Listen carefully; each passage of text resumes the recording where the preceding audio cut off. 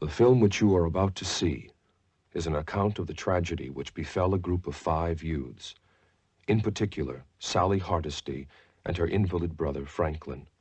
It is all the more tragic in that they were young. But had they lived very, very long lives, they could not have expected, nor would they have wished to see as much of the mad and macabre as they were to see that day. For them, an idyllic summer afternoon drive became a nightmare. The events of that day were to lead to the discovery of one of the most bizarre crimes in the annals of American history, the Texas Chainsaw Massacre.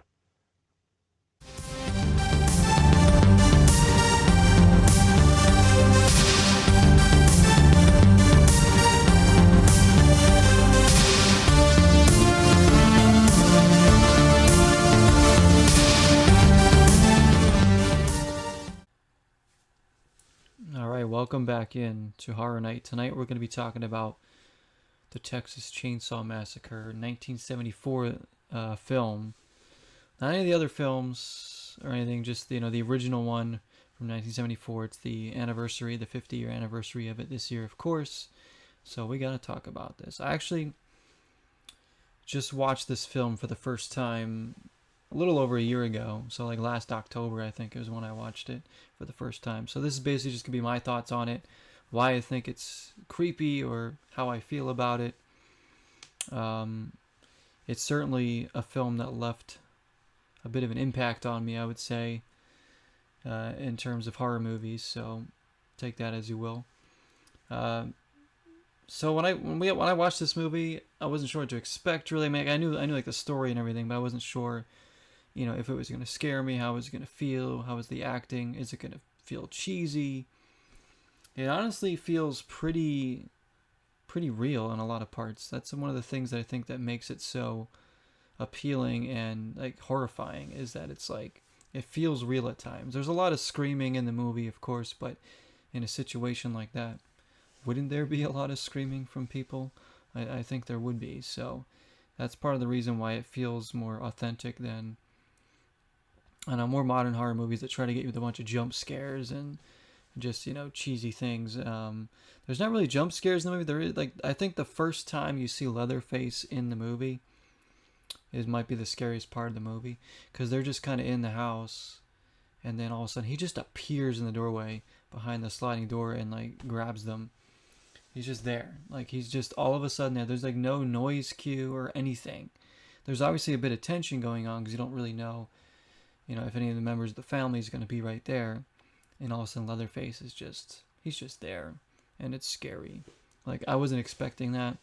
It definitely like spooked me when I saw it. I was like, oh damn, he's already here.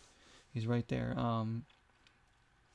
But I think the other part that scared me a lot too, or at least, I don't know, wouldn't say scare me, but disturbed me a bit, was the dinner table scene, of course. The dinner scene, when they're all, the families around the table, and they have one of the victims kind of, captured there, and she's just screaming. I forget which one it was, but she's just screaming, and it's just so disturbing because it feels very real. The actors did a great job.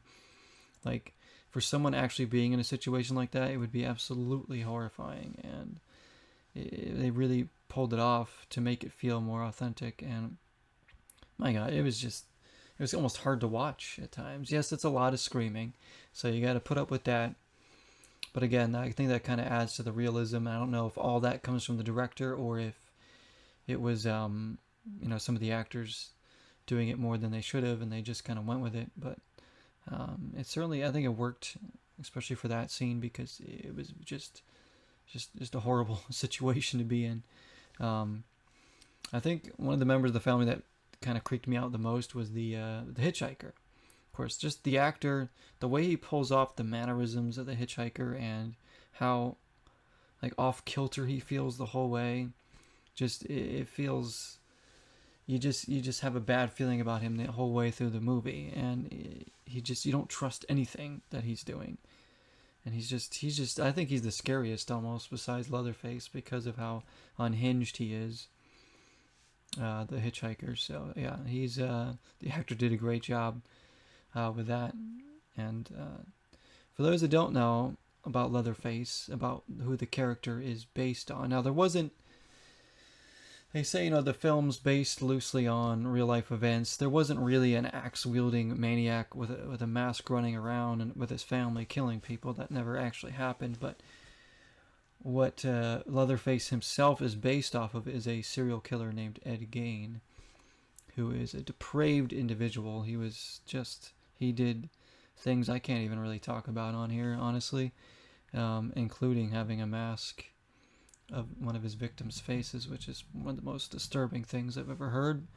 But there's a whole nother video just talking about him. But that is who the character of Leatherface is based off of. And this whole Texas Chainsaw Massacre kind of birth of pop culture comes from that. I mean, obviously, Leatherface is terrifying, and I said the Hitchhiker is probably one of the most terrifying characters too in the movie. I think the movie's shot really well, like beautifully. There's a lot of really cool shots, and just a lot of I don't know, like the scenery is very good, the setting. It's for 70s movie. I don't really watch a lot of 70s movies. I watch a lot of 80s movies and 90s movies, stuff like that. But I don't go for much further back than that, other than some horror films like House on Haunted Hill or something, or like a silent film like Nosferatu.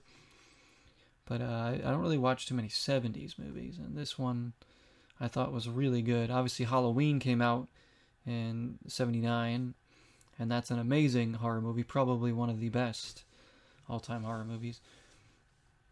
But this, for being '74, was very, very well done. I thought everybody did a great job. And if you just look at some of the stills from the movie, from the set, like the cast and behind the scenes, it almost feels like a real event that went on. It's just haunting to look at. If you just look at those pictures, it's just completely haunting. And of course, we've been playing a little bit of the game, Texas Chainsaw Massacre, for the Series X. Really cool game, really freaking hard too. But this is a cool one. I think they do really good job of capturing the feeling of the film in this game a bit. The atmosphere is really creepy, and just you always feel on edge. It's very intense. We may play some more of this during Zeroine, we'll see. But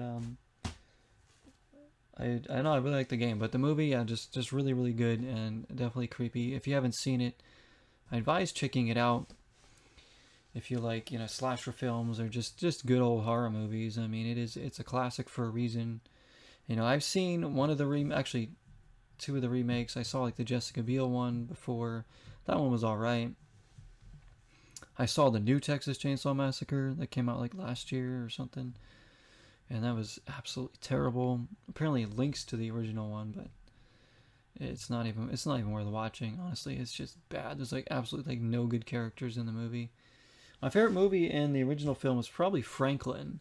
I know I feel like he probably gets a lot of hate from a lot of the fans, but I actually liked Franklin. I kind of felt bad for him because his friends weren't really sticking with him. He was just left on his own, and I kind of felt bad for Franklin, but I liked his character.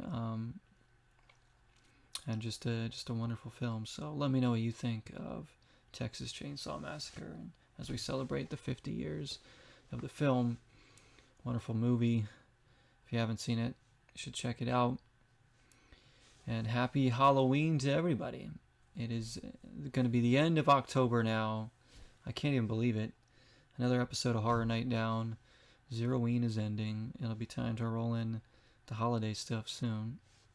But thank you everybody for watching. And I hope you enjoyed this episode of Horror Night. I'll see you guys in the next one. Until next time, 0 is the number.